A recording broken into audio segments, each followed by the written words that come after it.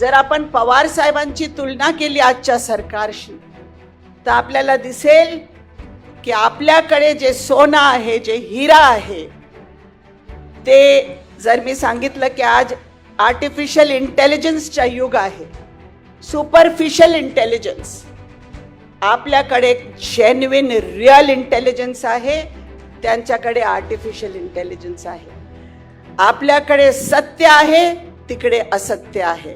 आपल्याकडे खरा काम आहे, तर तिकडे मार्केटिंग आहे. आपल्याकडे नैतिकता आहे, तिकडे अनैतिकता आहे. आज देशामध्ये तोच चित्र आपल्याला दिसतोय, कारण सरकार आता चोर झालेली आहे. सरकार चोर आहे. त्यांनी नैतिकता चोरली. त्यांनी जमीर, किसी ने यहाँ कहा जमीर की चोरी, जमीर चुराना सबसे बड़ी चोरी है. नैतिकता चोरली, समता चोरली, देशाच्या समानता चोरली, बंधुत्व चोरली. त्यांनी देशामधला न्याय चोरला.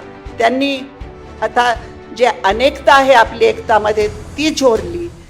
आता आपल्याकडे संविधानिक मूल्य सगळे चोरी झालेले आहे. आपल्याकडे पक्ष चोरी आपण बघतोय, वोट चोरी बघतोय, वोटर चोरी बघतोय.